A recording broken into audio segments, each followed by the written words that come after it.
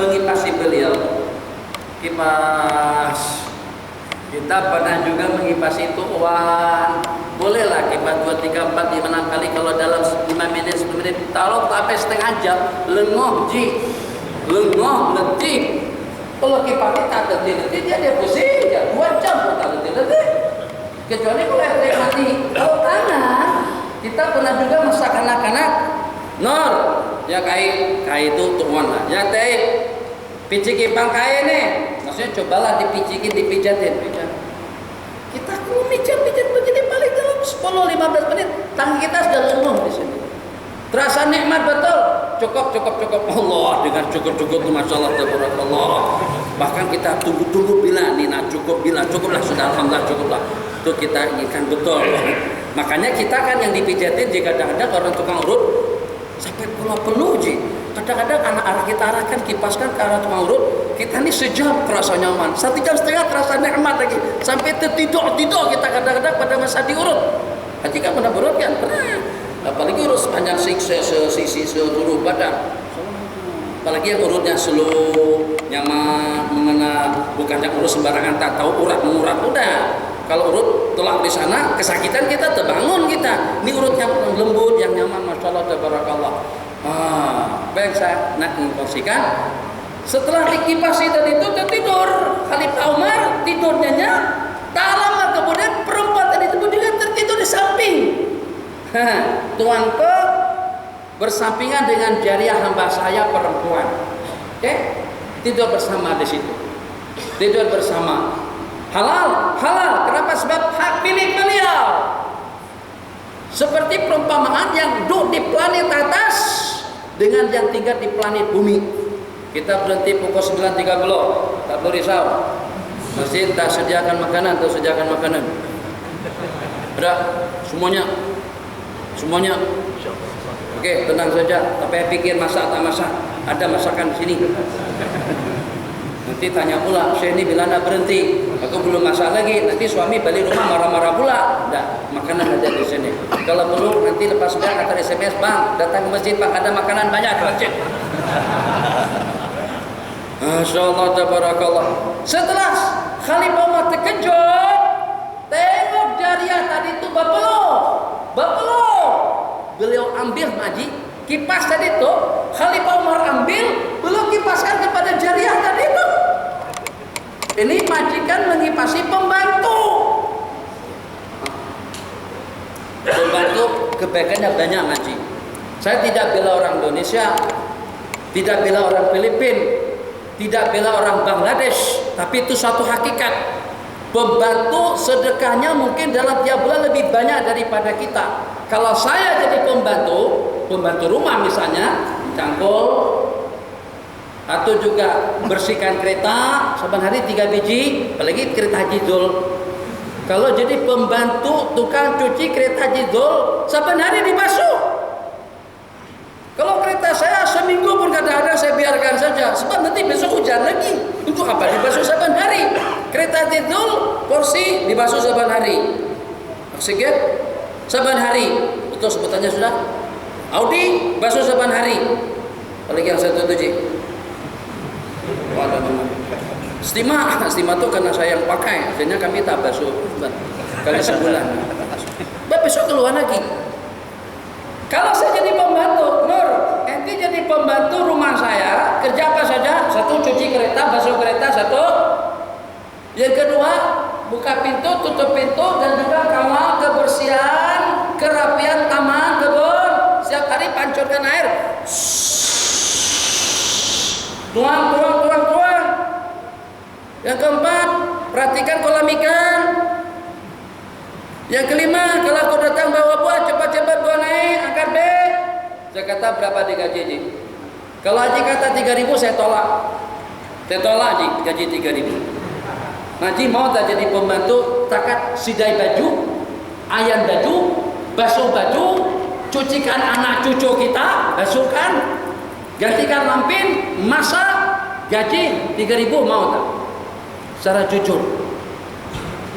Basuh pakaian, sidai pakaian, lipatkan pakaian, ayankan pakaian, memasak, kena marah, kena beli, kena sumpah. Pikir jangan sembarang kerja seperti itu. Memangnya tak ada tanam, tak ada baca, tak ada otak. Ada kata-kata macam itu terkeluar daripada mulut kita. 3.000, 10.000 pun kita tanam. Dia berapa digaji? 600 ringgit. Betul Ji? 600 memang Ji kena melalui agen. Apa? 15.000 itu 15.000 awal, tapi yang sekarang ini 300 ringgit je, 400 ringgit je. Berarti kalau aku minta gaji 3.000, dia setakat kita bayar 800, 700, 600 saja. Dia bersedekah dengan keluarga kita 2.400 tiap bulan. Tambah dengan penghinaan, pandangan sinis dan pelik. Khawatir tahajud kita, zikir kita, ibadah kita, kebaikan kita terhakis di bawah mereka nanti pada hari kiamat. Ternyata kita mengaku meminta maaf, aku zalim dengan kalian. Tentu kita tidak mau semacam itu. Jadi dengan beliau, perempuan tadi itu terkejut, Allahu Akbar, tuanku yang sedang mengipasi. Jadi Khalifah Umar rela saja, santai betul. Kata beliau, kenapa kamu tegamam? Tegamam, kenapa kamu tegamam macam itu? Kaget kenapa? Takut kenapa? Bimbang kenapa? Tak ada apa-apanya. Tadi aku yang keletihan, aku yang penat, aku yang keluar keringat, keluar peluh. Aku kipasi kamu. Tapi pada saat kamu keluar peluh, aku kipasi kamu. Sebelum aku kipaskan kamu, aku khalifah. Selepas aku kipaskan kamu pun juga, tetap juga aku khalifah. Martabatku sedikit pun tidak lusuh, lontor, ataupun juga berubah. Macam tu kita, supaya kita boleh memerlukan saf-saf yang pertama, supaya kita boleh duduk dengan orang-orang miskin, supaya kita boleh duduk dengan orang-orang yang tidak berada. Satu, kita tidak tahu siapa orang yang paling mulia di sisi Allah, yang sudah terampunkan dosa kesalahannya. Yang kedua, untuk kita mendapatkan darajat kedudukan yang tinggi di sisi Allah Subhanahu wa taala. Yang ketiga, karena kita ingin mengongsikan sebagai pengorbanan kita, sedikit pengorbanan kita terhadap tenaga, jiwa, raga untuk ilmu dan agama, dan juga untuk memasyarakatkan sifat tawadhu dalam kehidupan kita sehari-hari. Jadi seperti itu cerita lebih kurangnya tentang at-tawadhu, yang mudah-mudahan besok malam kalau masih ada juga pengajian di sini yang tidak ada udhu, yang di atas kursi itu udhu saya paham. Kalau yang di kursi duduk di sini kan nanti kurang sedap juga orang duduk di belakang, tapi yang sehat-sehat biar buat sedikit pengorbanan, duduk berkerumun, suasana bening, rasa hormat menghormati, harga menghargainya pun juga ada. Kalau kita senyum, kalau kita nak senyum di orang yang di belakang susah, kena jauh. Tapi kalau kita dekat sini, dengan senyuman kita, dengan tumor kita, dengan perhatian kita, kita sudah mendapatkan banyak kebaikan daripada hal-hal yang seperti itu. Sedikit tapi insya Allah mempunyai makna dan arti dalam kehidupan akhirat kita nanti, dan pada saat kita kembali kepada Allah. Jadi karena tajuk kita tentang peranan kita terhadap sunnah-sunnah Rasulullah SAW, untuk kita pergi ke sana kemari dengan menghabiskan duit sampai tidak terurus urusan bisnis dan politik, itu kita tidak boleh buat. Kalau dengan kemampuan kita yang sudah kita alihkan kepada YouTube, kita alihkan kepada MP3, MP4, dan juga dengan peralatan canggih seumpamanya, sehingga dengan kita sudah tidak mampu untuk menghafal hadis-hadis Rasulullah, fadilat amal. Ini fadilat amal yang ditulis oleh Syekhuna atau Syekhina Syekh Maulana Zakaria Al-Kandahlawi ini dibaca dan dipelajari di mana-mana. Allah takdirkan saya sempat berjumpa dengan beliau pada waktu di Mekah dan di Madinah pada tahun 74-an yang lalu. Saya ke Mekah tahun 74. Duduk di Mekah haji sampai 23 kali berturut-turut, tahadusan bin ni'mah saja, tak lebih daripada itu. Kitab ini kenapa jadi berberkah? Karena dengan beliaunya ngaji, saya tengok beliau pakai kursi roda macam itu, begitu saja orang tua. Sepanjang waktu sih, tak tengok sana sini. Tuh, kita yang menyerah tuh tak boleh semacam itu. Terus terang tak boleh. Nah kalau kita tak boleh, paling tidak kita muliakan rumah Allah, mendekatlah paling tidak. Duduk. Kenapa? Sebab kalau tengok jam, keluar ada orang lari, hijau, pas, Kapet, biro, barisan.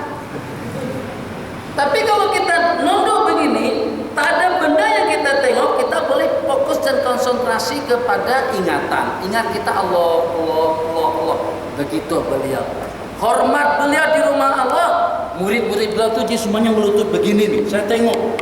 Saya tak pernah pergi ke Pakistan. Pakistan transit saja, India paling transit. Tapi murid-murid beliau berkerumun semuanya. Beliau atas kursi roda. Tengok sana, tengok sini. Simbang dengan menundukkan kepala.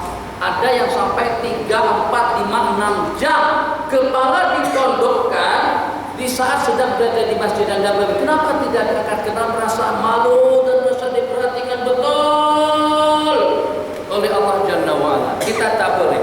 Saya buat perumpamaan sederhana. Berani tak kita menjulurkan kaki kalau pada saat kita duduk di depan Perdana Menteri? Tak berani. Kalau Perdana Menteri di sini, tak akan kita duduk di tembok-tembok masjid menyendar seperti itu mustahil dalam dunia politik kita sekarang. Berarti semuanya pada mendekat dengan Datuk. Kenapa? Sebab nanti kalau koprat-koprat ada dekat-dekat macam itu tak dapat tendang. Apa nanti? Kata Datuk, siapa yang datang hari kemerdekaan semalam tu? Kan hari kemerdekaan biasanya. Tuh koprat-koprat. Ya kalau bahasa kasar itu mengampu lah. Ngampu dengan makhluk dapat tender, dapat proyek, betul. Kenapa kita tidak mengampu dengan yang lebih patut untuk kita mengampu kepadanya, yaitu kepada Allah Jalla wa'ala? Bukan tidak boleh, tapi bikinlah bahasa logik, bahasa rasional. Kalau di depan makhluk kita sudah seperti itu hormat dan ta'zimnya, di istana seperti itu keadaannya, lebih-lebih lagi kalau pada itu kita dijemput oleh Allah. Kalau bukan jemputan Allah malam hari ini kita tidak akan datang. Kalau Allah tidak bagi petunjuk dan hidayah kita tidak akan hadir. Kalau macam itu, perlihatkanlah jiwa yang bening dan yang tenang, yang hormat dengan syiar-syiar agama dan juga yang ta'zim dengan panduan bimbingan arahan daripada baginda. Ini kitab yang bermanfaat dan dibaca oleh orang-orang tabligh.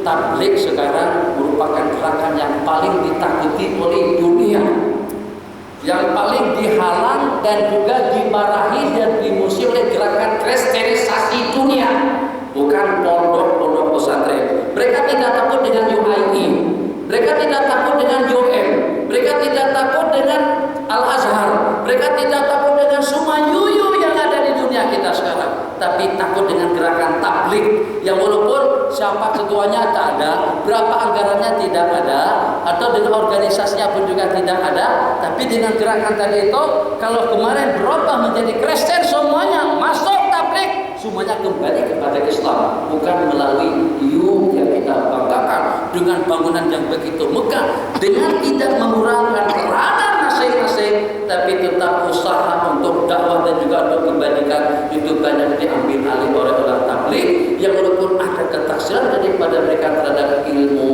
dan agama, mungkin juga mereka tarik bahwa orang-orang yang tidak keluar dari itu ke masjid untuk guru didik mereka di masjid, jadi saling bantu membantu dan juga tolong menolong dalam kebajikan.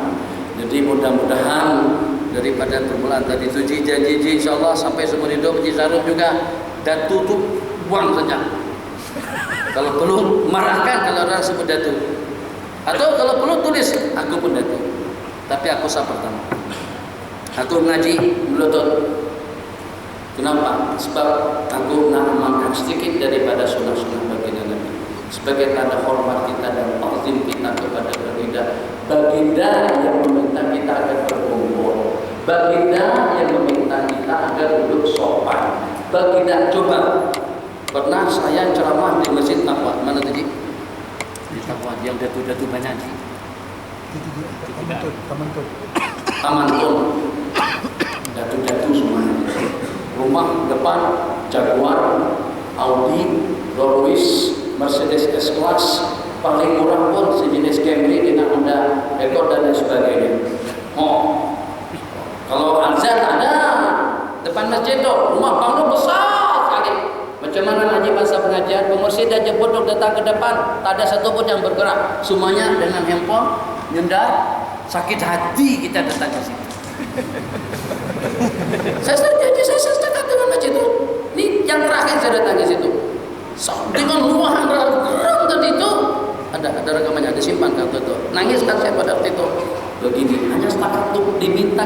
saja sebagai tanda kita sama-sama hormat menghormati. Kau tidak berkenan mantang-mantang kena ada gelar Datuk.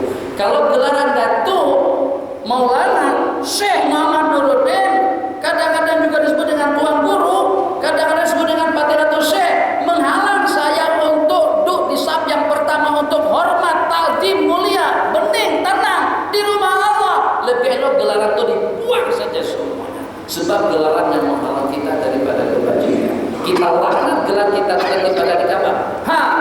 Datuk, gelar bukan Datuk Haji. Datuk, gara-gara awak aku sombong, aku ego, tak nak datang ke masjid, tak nak mengaji, tak nak berzikir. Orang-orang yang berzikir itu kebanyakannya orang-orang miskin. Ya Hanana, ya Hanana, ya Hanana, ya Hanana. Tapi yang hebatnya dengan ya Hanana tadi itu, Datuk Najib pun juga ikut berkesudahan. Itu tidak mustahil, sebab beliau berkumpul dengan kumpulan yang bersalawat tadi itu akan memberikan syafaat beliau, akan memberikan syafaat kepada beliau nanti pada hari kiamat. Tidak mustahil, sebab dia contoh dan role model kepada rakyat Malaysia secara keseluruhan. Kita positif kan? Jangan yang positif pada negatif. Kena beda baju itu senangnya. Kalau warna hijau ganti baju, kalau warna biru pakai yang biru, sama aja. Tapi jangan sampai gara-gara karena perbedaan tadi itu menghalang kita daripada berbagai kebajikan. Tengok tak timbalan Datuk Mahyudin,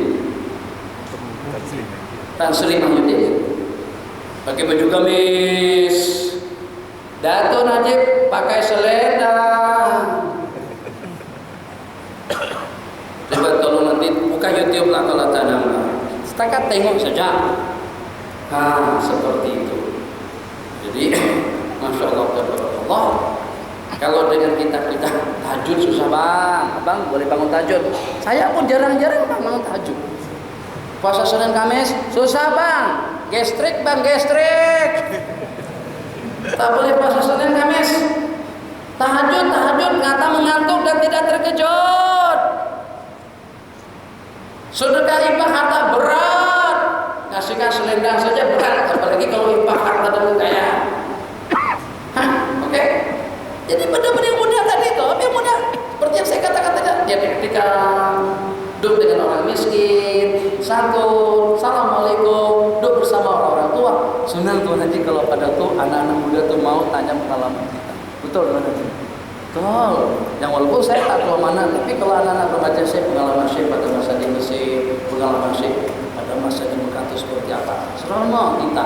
Nah seperti itulah juga orang yang setua usia orang tua kalau kita dekatin mereka juga seperti itu. Jadi kalau kita nakkan penghormatan dan penghargaan daripada semua orang, maka dengan kita mulai dengan diri pribadi kita masing-masing. 5 menit silakan yang ada sebarang soal. Bismillahirrahmanirrahim. Bismillahirrahmanirrahim. Mohon penjelasan Syekh tentang pegangan sebagai umat Islam yang mendakwa bahawa kita kena beriktikad Allah Ta'ala mempunyai tempat di atas arasy, berdalilkan ayat Ar-Rahman ala al-Arsh istawa dan hadis Jariyah. Jadi itu panjang jawabannya tunggu. Yang pendek saja. Yang pendek saja ada pertanyaan dalam Facebook tentang pandangan daripada Jakim mengenai zikir munajat. Zikir munajat itu sebenarnya itu nama itu diberikan bukan ala sabilil haqiqah, tapi karena itu digunakan untuk bermunajat, maka untuk lebih gunanya kita sebut dengan zikir munajat. Hasbi Rabbi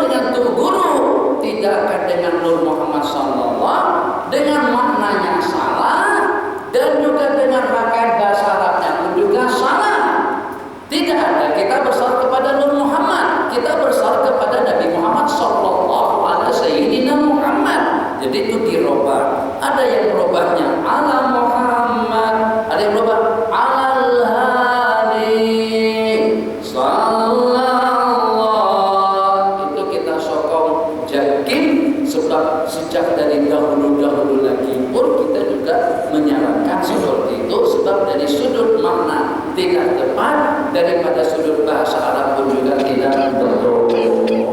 Yang kedua, laisa laha min dunillahi kashifah, laisa laha min dunillahi kashifah. Jadi ditafsirkan, saya belum kesempatan lagi membuka kitab tafsir tentang uraian ulama mengenai ayat itu, yang di situ dinyatakan kashifah satu yang membuka, yang menyingkapkan tentang hakikat daripada hari kiamat, itu tidak ada yang mampu kecuali Allah. Kalau Allah yang maha berkuasa untuk memperkenalkan kita tentang hari kiamat dan juga untuk meninggal huru hara hari kiamat, dahsyatnya hari kiamat, tak bolehkah juga Allah kasyif, membuka dan menyingkapkan problem kita, urusan kita, halang-halangan dan rintangan kita, penyakit kita, musibah kita. Tidak ada yang mampu untuk menyingkapkan segala problem daripada kehidupan umat selain daripada Allah. Itu makna global, laisa laha min dunillahi kashifah. Jadi itu sama sekali tidak berbau syirik atau tidak berbau penyimpangan daripada ajaran agama Allah Jalla wa'ala. Sebab itu hakikat yang sebenarnya laisa laha min dunillahi kashifah. Secara sederhana, musim jerebuk, tengok tak yang ke airport kali tiap hari atau sekali seminggu atau sekali sebulan, tuh dengan tanaman hutan gantah dan pohon-pohonan yang kebakar, itu dengan beberapa kereta bomba dan siap-siaga di situ, takut kalau kebakaran lagi. Satu. Kemudian yang kedua, hujan yang tidak turun pada masa kemarau panjang kemarin itu. Kita di Selangor sudah berencana dan bercadang daripada atasan, daripada kerajaan kita memerintahkan kepada seluruh imam-imam masjid untuk melaksanakan salatul istisqa. Hanya saja pada saat itu kira-kira dalam 2 atau 3 hari sebelum dilaksanakan salat istisqa ada hujan gerimis, yang pada satu saya sebut sepertinya Allah nak coba teknologi manusia. Kamu boleh minta bantuan dengan Amerika. Sekarang ada tidak kurang, dulu nih, di berita ini lebih sebulan, tidak kurang daripada 24 negara bantu Malaysia untuk mencari NS370 yang sampai sekarang tidak pasti ada atau tidak adanya. Mungkin masih utuh lagi ada di KLIA, cuma diletakkan di ujung mana, dipakikan di situ. Mungkin juga sudah pergi ke alam akhirat, mungkin juga sudah berada di jalan laut, mungkin juga ada surganya di atas gunung. Tidak ada yang tahu tentang hakikat yang sebenarnya. Bomo yang 3 pun tidak tahu. Kalau dengan peralatan canggih tidak dapat mengesan, takkan 3 biji kelapa boleh mengesannya.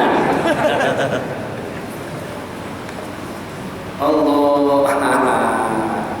Tidak kurang daripada dalam 24 buah negara.